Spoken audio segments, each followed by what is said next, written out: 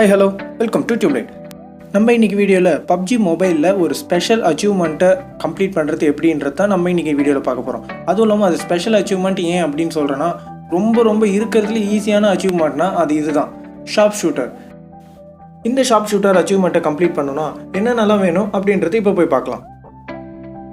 நான் உள்ள மேட்ச்சுக்கு வரக்குள்ளே டெய்லி லூட்டில் எனக்கு ஒரு பாக்ஸ் கொடுத்துருந்தாங்க. அந்த பாக்ஸ் ஓப்பன் பண்ணக்குள்ளே எனக்கு ஒரு நியூ ஷர்ட் ஒன்று நல்லா காய்ந்தது. சரி, அந்த ஷர்ட்டை போட்டுக்கிட்டு இந்த மேட்சோட போய் கலக்கலாமே அப்படின்றதுக்காக ஷர்ட்டை மாற்றிக்கிட்டேன்.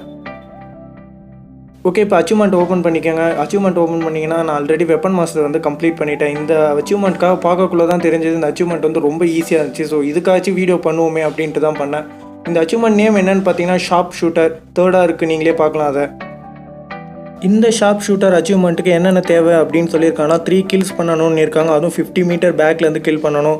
அதுவும் இல்லை சிங்கிள் ஷாட்டில் அவங்கள கில் பண்ணணும். ஒரு புல்லட்லேயும் அவங்கள வந்து கில் பண்ணணும். அதுவும் 50 metre back and 3 head shot அடிக்கணும். இந்த மாதிரி 3 ஹெட் ஷாட் அடிச்சிங்கன்னா போதும், உங்களுக்கு இந்த அச்சீவ்மெண்ட் கம்ப்ளீட் ஆகிடும். இது என்னடா ஹெட் ஷாட் ஆச்சு, ஹெல்மெட் போட்டிருந்தா அடிக்க முடியாது ஹெட் ஷாட்டில், ஏன்னா ஹெல்மெட் தானே ஃபஸ்ட்டு டேமேஜ் ஆகும். ஹெல்மெட் போனதுக்கப்புறம் தான் சிங்கிள் ஹெட் ஷாட்டில் கொல்ல முடியும். அதுவும் இல்லாமல் ஆப்போனட் அது வரைக்கும் வெயிட் பண்ணலாம் மாட்டான், ஓடுவான் தாவான். என்னடா பண்ணுறது, அவன் எல்லாம் உட்கார வச்சா காட்ட முடியும், மொட்டையை அடிக்க முடியும் அவனுக்கு அப்படின்ற மாதிரி பார்க்கக்குள்ளே என்கிட்ட ஒரு ட்ரிக்ஸ் இருக்குது. அது என்னன்னு காட்டுறேன். ஓகே, நம்ம இப்போ கேமுக்குள்ளே போகலாம். சோலோ பிளேயர் வச்சுக்கிட்டேன், நம்ம இறங்கலே சூஸ் பண்ணிக்கிட்டேன். இப்போ கேம் பிளேக்குள்ளே போகலாம். கேம் பிளேக்குள்ளே போக்குள்ள அதோட டிப்ஸ் என்னென்னு ஒன்று ஒன்றா சொல்லிக்கிட்டே இருக்கேன். கேம் பிளேக்குள்ளே போகலான்னு ஈஸியாக சொல்லிட்டேன். பட் பார்த்தீங்கன்னா இங்கே தான் ஒரு பெரிய ட்விஸ்ட்டே இருக்குது. அந்த மிஷன் முடிக்கிறது கூட நம்மளுக்கு கஷ்டமாக இருக்காது, ஈஸியாக ட்ரிக்ஸை யூஸ் பண்ணி முடிச்சிடலாம். ஆனால் இந்த மிஷன் முடிக்க தேவையான ஒன்று வேணும், அந்த ட்ரிக்கு. அதுக்காக இப்போ தான் கஷ்டப்பட வேண்டியதாக இருக்கும். பார்த்தீங்கன்னா அது என்னென்னு பார்த்தீங்கன்னா மேப்பு தான் வந்து நம்மளுக்கு கரெக்டாக செலக்ட் ஆகணும். அந்த மேப் கரெக்டாக செலக்ட் ஆகிடுச்சுன்னா நம்ம கண்டிப்பாக வின் பண்ணிடலாம். அதுவும் இல்லாமல் செகண்டாக என்னென்னு பார்த்தீங்கன்னா நம்மளுக்குன்னு ஒரு 3 அடிமைகள் வேணும். அந்த அடிமையை தான் நம்ம தேட போகிறோம். அந்த அடிமையை தேடுறதுக்கு முன்னாடி இந்த லாபிலேருந்து எக்ஸிட் ஆகிடலாம். ஏன்னு பார்த்தீங்கன்னா மேப்போட என் பார்ட் பார்த்தீங்கன்னா தண்ணியில் இருக்குது. இந்த மாதிரி இருக்கக்கூடாது. உங்களுக்கு வேணால் கொஞ்சம் எக்ஸாம்பிள் ஷார்ட்ஸ்லாம் நான் எடுத்து வச்சுருக்கேன். ஏன்னா நான் நிறையா பட்டேன், என்னடா அது மேப்பு மாட்டவே மாட்டுதே கரெக்டாக கிரவுண்ட் சர்ஃபேஸில் அப்படின்ட்டு நான் நிறையா தேடி பார்த்தேன். இது பாருங்கள், இந்த மேப்பில் பார்த்தீங்கன்னா வாட்டரில் கரெக்டாக அந்த ஏரோ இருக்குது. ஸோ அதனால் நம்ம லாஸ்ட்டாக ஜம்ப் ஆகக்குள்ளே வாட்டரில், இந்த மேப் பார்த்தீங்கன்னா இதுலேயும் வாட்டரில் இருக்குது. அண்டு இதுமாரி 2-3 மேப்ஸ் இருக்கும். அண்டு நான் சில மேப்ஸ் காட்டியிருப்பேன் கரெக்டாக சர்ஃபேஸில் இருக்கும். இந்த மாதிரி மேப் உங்களுக்கு கிடச்சிடுச்சு. அதுவும் இல்லாமல் ஃப்ளைட்டில் நீங்கள் லாஸ்ட்டாக ட்ராவல் ஆகக்குள்ளே உங்களுக்கு ஜம்ப் ஆனக்குள்ளேயே லாஸ்ட்டாக உங்கள் கூட ஒரு 4-5 கேண்டிடேட்ஸ் குதிப்பாங்க. அவங்கள கில் பண்ணி தான் நம்ம வந்து ஃபஸ்ட்டு வருவோம். இப்போ பார்த்தீங்கன்னா இந்த மேப்பில் கரெக்டாக சர்ஃபேஸில் வருது. ஸோ இந்த மாரி மேப் உங்களுக்கு கிடச்சுன்னா கண்டிப்பாக கேம் பிளே விட அப்படியே கண்டினியூவாக விளையாடுங்க. இப்படி ஒரு மேப் கிடச்சி நம்ம உள்ளே இறங்கினாலும் கடைசியாக பார்த்தா நம்ம கூட குதிக்கிறதுக்கு 4. நம்ம இந்த மேட்ச்சில் மேப் சரியில்லை, லாபிலேருந்து லெஃப்ட் ஆன மாரி, இந்த மேட்ச்சில் சர்வர் கனெக்ட் ஆகலை, இல்லை நெட்டு சிங்க்ரனைஸ் ஆகலை அப்படின்ட்டு யாருன்னா எக்ஸிட் ஆகியிருந்தா அவங்க தான் நம்மளுக்கு அடிமையே. இங்கே அந்த அடிமையை நம்ம அங்கே போய் பார்த்துக்கலாம் மேட்ச்சில். இப்போ பார்த்தீங்கன்னா செமையான இடத்துல நம்மளை இறக்கி விட்டுருக்காங்க. ஒரு குடம் மேலே நின்றுட்டுருக்காங்க. இதில் ஏறணும்னு நிறைய டைம் ஏறணும் ட்ரை பண்ணி பார்த்தேன். கரெக்டாக இறக்கி விட்டுட்டாங்க. சரி, இறக்கி விட்டுட்டாங்க, ஆப்பில் வச்சு அடிப்போம் அப்படின்னு அடிச்சிட்டு இருக்குள்ள. ஏன் இதில் ஒரு ட்விஸ்ட் இருக்குது. என்னென்னு பார்த்தீங்கன்னா வெப்பன் மாஸ்டர் எடுத்துருந்தா உங்களுக்கு வந்து இந்த ஏரியாவில் இருக்கக்குள்ளே எங்கே நீங்கள் இருந்தாலும் கரெக்டாக வெப்பன் மாஸ்டர் காட்டும். ஸோ அதனால் உங்களை எல்லோரும் வந்து அடிப்பாங்க, உதைப்பாங்க அப்படின்ட்டு ஆப்பில் வச்சு அடிச்சிட்டு இருப்பாங்க. ஆனால் இந்த டைம் பார்த்தீங்கன்னா என்கிட்ட ஒரு பொண்ணு ஓடி வந்துச்சு. வேகமாக ஓடி வந்து அந்த பொண்ணு டாட்டா காட்டுச்சு. ஆனால் அது பொண்ணு இல்லை, பையன் எனக்கே தெரியும். ஆனால் அது பொண்ணு ட்ரெஸ்ஸில் வந்ததால் பொண்ணு தான்.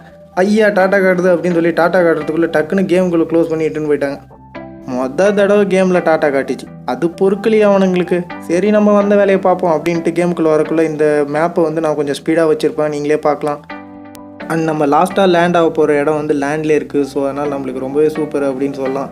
சீக்கிரமாக நம்ம ஜம்ப் பண்ணுறோம், வந்த வேலையை முடிக்கிறோம்.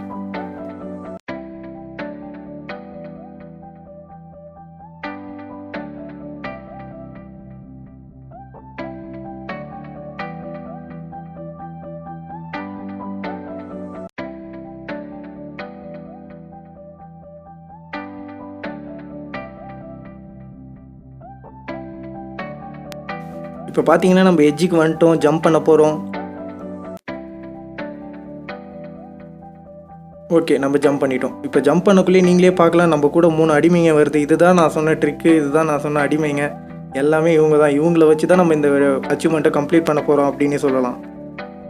அண்ட் இவங்க கூடவே நம்ம கூட இறங்கிட்டு இருந்தால் நம்மளுக்கு கன்ஸ் எல்லாம் கிடைக்காது. ஸோ நம்ம கொஞ்சம் லோவாக ஆங்கிளுக்கு போகிற வரைக்கும், நம்ம பேராஷூட் ஓப்பன் ஆகிற வரைக்கும் நம்ம இவங்க கூட போயிட்டு அதுக்கப்புறம் மேப் ஓப்பன் பண்ணி நம்ம ஒரு மார்க் வச்சுக்கிட்டு நம்ம கன்ஸுக்காக நம்ம பிரிஞ்சு போயிடணும்.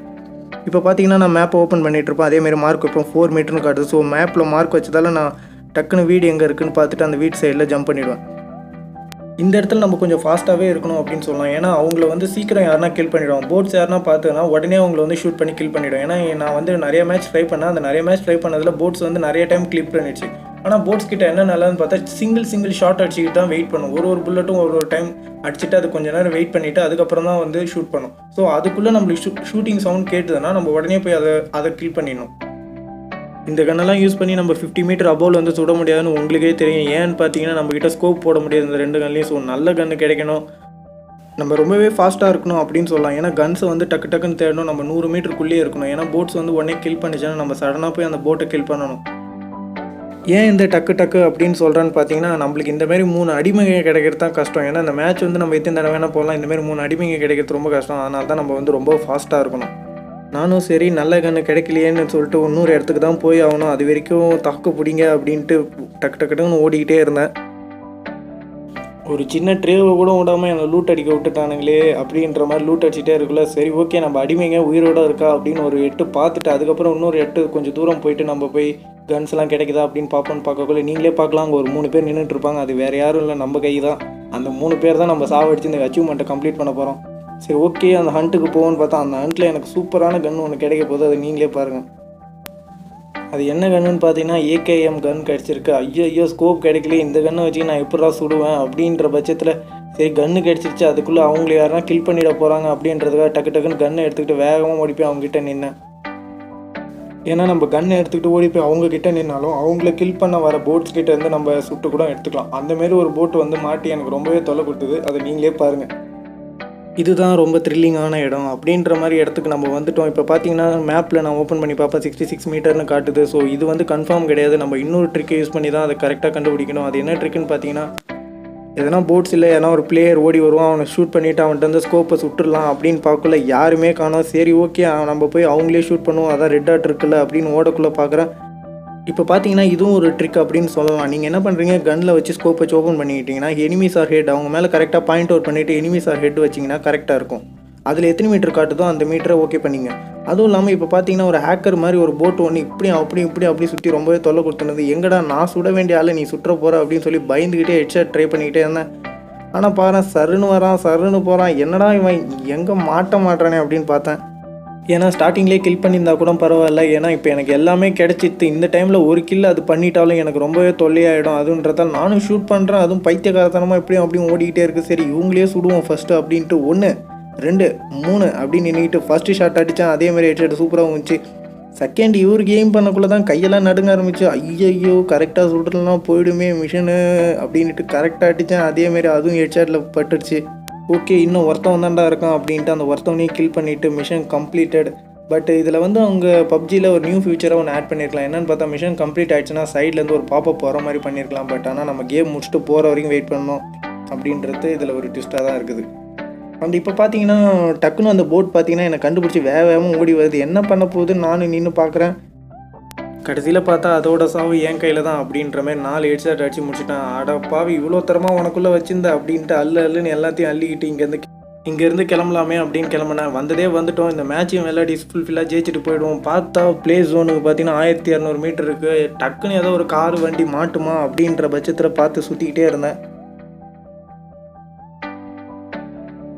ஓகே இப்போ எதனா ஒரு வெஹிக்கிளை தேடிக்கிட்டே கன்ஸ் எல்லாம் ரீலோட் பண்ணி பேக்கில் வச்சுக்கிட்டு அப்படியே ஓடிக்கினே இருந்தேன். என்கிட்ட புல்லட்ஸ் வேறு கம்மியாக இருக்குது. ஸோ நல்ல வெஹிக்கிள் வேறு கிடைக்கணும். அதுவும் இல்லாமல் பிளேஸ் ஒன்று வர டைம் ஆகிடுச்சு, 5 செகண்ட்ஸ் தான் இருக்குது.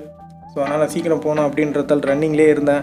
டக்குன்னு பார்க்குறேன் கண் எதிர்க்க ஒரு பைக்கு கிடச்சிச்சு. அந்த பைக்கு அப்பாடா ஒரு பைக். ஆனால் பைக்கில் போகிறது ரொம்ப டேஞ்சர் அப்படின்னு சொல்லலாம். ஏன்னா ஈஸியாக நம்மளை கில் பண்ணிவிடுவாங்க. ஸோ அதால் பைக்கில் போகிறது ரிஸ்க்கு. பட் ஆனால் இந்த கேம் பிளே வந்து ரொம்பவே ஃபன்னாக இருந்துச்சுன்னு சொன்னல. ஏன்னு பார்த்தீங்கன்னா இருக்கிற எல்லா வெஹிக்கலையும் இந்த கேம் பிளேயில் ஓட்டிட்டேன். அதுக்கு எதனா அச்சீவ்மெண்ட் கொடுத்தா அதுவும் கம்ப்ளீட் பண்ணியிருப்பேன். ஏன்னா நீங்களே பாருங்கள் இருக்கிற எல்லா வெஹிக்கலையும் நான் எடுத்து ஓட்டிடுவேன். கீழே கிடந்த பைக்கை பொறுக்கி டக்குன்னு அதில் ஏறி உக்காஞ்சிக்கிட்டேன். அண்ட் உக்காஞ்சதும் இல்லாமல் சர்ன்னு அப்படியே ஸ்கிட் அடிச்சு சல்லுன்னு வண்டியை திருப்பிக்கிட்டு வேகமாக போனேன். ஏன்னா ஒரு நல்ல கார் கிடச்சுன்னா நல்லாயிருக்கும். ஏன்னா இதில் போனால் என் ஆயுஸ் ரொம்ப கெட்டி அப்படின்னே சொல்லலாம். வண்டியில் போனால் பறக்க தான் முடியும். டக்குன்னு ஒரு கார் கிடச்சிது. அந்த காரில் ஜம்ப் ஆகிட்டு காரில் போயிட்டே இருக்கல பார்த்தீங்கன்னா லூட் அடிக்கலான்னு ஒரு இடத்துல இறங்கினேன். அங்கே இறங்கினதும் பார்த்தீங்கன்னா என்னோடய ஃபேவரட் கார் நின்றுச்சு. அதுதான் காலா கார். டக்குன்னு நல்லா லூட் அடிச்சுக்கிட்டு காலா காரில் ஏறி கருப்பு கலரில் மாற்றிக்கிட்டு சட்டுன்னு அங்கேருந்து வண்டியை எடுத்தேன். இப்போ நீங்களே பார்க்கலாம், நான் இதோட 3வது வெஹிக்கிள் மாற்றிட்டேன், அடுத்தது ஜீப்பும் மாற்றுவேன், அதையும் பாருங்கள், ஒரே பண்ணு தான் போங்க அப்படின்ட்டு. சரி ரோட் பிளாக் பண்ணுவோம், பிரிட்ஜில் டைம் தான் இருக்கே அப்படின்ட்டு, ஜோன் வரலையே அப்படின்னு பார்க்கக்குள்ள டக்குன்னு நம்மளை நோக்கி ஒரு காரு, ஒரே ஃபயரிங். பட் ஆனால் அவன் மிஸ் ஆகிட்டான், எஸ் ஆகிட்டான். டக்குன்னு ஒன்றே நம்மளுக்கு தோணுச்சு, ஃபாஸ்ட் அண்ட் ஃபியூரியஸ் தோ ஸ்டார்ட் ஆகிடுத்துறா, அதோ வரேன் இரு அப்படின்ட்டு டாப் கியரில் போட்டு வண்டியை தூக்கின்னு டக்குன்னு நாசம் அடிச்சு சர்புருன்னு கிளம்பிட்டேன். அண்ட் பார்த்தீங்கன்னா நம்ம காரில் எடுத்துக்கிட்டு ஃபாஸ்ட் அண்ட் ஃபியூரியஸை நினச்சிக்கிட்டு வண்டியை சல்லுன்னு வேகமாக ஓட்டினேன். அண்ட் அவனை சேஸ் பண்ணிட்டு போய் பிடிக்க முடியுமா பிடிப்போமா இல்லையானே ஓட்டிகிட்டு இருந்தேன். அண்ட் நம்ம பார்த்த வண்டி பார்த்தீங்கன்னா அங்கே ஓரமாக பார்க் பண்ணியிருந்தது. எங்கடா போயிருப்பான் அப்படின்ட்டு வண்டியை நிறுத்திட்டு சுற்றி பற்றி தேடக்குள்ளே பார்த்தீங்கன்னா எங்கே இருக்கான் பைபிளில், தப்பிச்சிட்டானோ ஒரு வேளை. அண்ட் நீங்களே பார்க்கலாம், அந்த சின்ன வீட்டில் உட்காந்துருக்கான். அண்ட் இவன்லாம் எப்படிடா பிளேயரில் சேர்த்தாங்க அப்படின்ற டவுட் எனக்கு வந்துடுது. ஏன்னா இப்படி போய் பார்த்தீங்கன்னு கிடக்கிறான், இவன்லாம் எப்படி விளையாட போகிறான் அப்படின்ற பட்சத்தில் அவன் வெளியே வந்தவொடனே அவனை ஒரே ஷாட்டில் அடித்து கில் பண்ணிவிட்டு சரின்னு ஓடி போய் அவன் பாக்ஸை பார்த்தா, குருநாதா நீங்களா அப்படின்ற மாதிரி ஷாக்காகிற அளவுக்கு அவன் பாக்ஸில் அள்ளிட்டு வந்திருக்கான். டே எங்கேருந்துடா வர. ஆனால் எனக்கு எப்பயுமே ஒரு லக்குங்க, எந்த மேட்ச்சை போட்டாலும் இந்தமாரி ஒரு பைத்தியக்காரன் மாட்டிப்பான் நம்மளுக்கு. ஏன்னா நான் லூட் மோஸ்ட்டாக வந்து அடிக்க மாட்டேன், இந்தமாரி ஒரு பைத்தியக்காரன் மாட்டிப்பான். அவங்ககிட்ட இருந்து எல்லாத்தையும் எடுத்துக்க தான் நான் எப்பயுமே ட்ரை பண்ணுவேன். எனக்கு போயிட்டு வீட்டில் போய் லூட் அடிக்க எனக்கு ரொம்ப போர் அடிக்கும் அப்படின்னே சொல்லலாம். அண்ட் ஃபுல்லாக மாட்டிக்கிட்டானேன்னு பார்க்கல, இன்னொருத்தன் வேறு என்னை வந்து ஷூட் பண்ணான். அண்ட் அவனையும் டக்குன்னு முடிச்சாச்சு. என்னாச்சுன்னே தெரியல. ஐயையோ குரு பயிற்சி நல்லா வேலை செய்யுது, ராஜயோகம் வந்துருச்சுரா அப்படின்ற மாதிரி பப்ஜியில் டக்குன்னு எல்லாத்தையும் அள்ளி போட்டுக்கின்னு லாஸ்ட்டு வெஹிக்கலாக ஜிபியும் எடுத்து ஓட்டிக்கிட்டு சுற்றியும் கிடக்கிறேன். அங்கிட்டு இங்கிட்டு சுற்றி கடைசியில் எல்லா சீனையும் கட் பண்ணி கடைசியாக மேட்சோட எண்டு பார்ட்டுக்கு வந்தாச்சு. மேட்சோட எண்டு பார்ட்டுக்கு வந்தோடனே அங்கே ஒருத்தன் புதரில் படுத்துன்னு இருந்தான். கடைசியாக பார்த்தாச்சு. அவன் என்னை சுடுறதுக்கு முன்னாடி நம்ம சுட்டணும்டா அப்படின்னு வச்சு சுடுற வரைக்கும் அவன் என்ன பண்ணிட்டு இருந்தான்னு தெரியல. அவனை கடைசியாக ஷூட் பண்ணி அப்படியே ஒரு சிக்கன் டின்னரையும் அடிச்சுக்கிட்டு ரிட்டர்ன் கிளம்புறேன். ஓகே காய்ஸ், இந்த வீடியோ பிடிச்சிருந்தா லைக் பண்ணுங்கள். இதே மாதிரி நீங்களும் என்னென்ன அச்சீவ்மெண்ட்ஸ்லாம் காமெடியாக முடிச்சிங்க அப்படின்றத கீழே கமெண்ட் செக்ஷனில் கமெண்ட் பண்ணுங்கள். அண்ட் மறக்காமல் எங்கள் டியூப்லைட் சேனலுக்கு சப்ஸ்கிரைப் பண்ணுங்கள். Take us signing off by Sridhar from tubelight.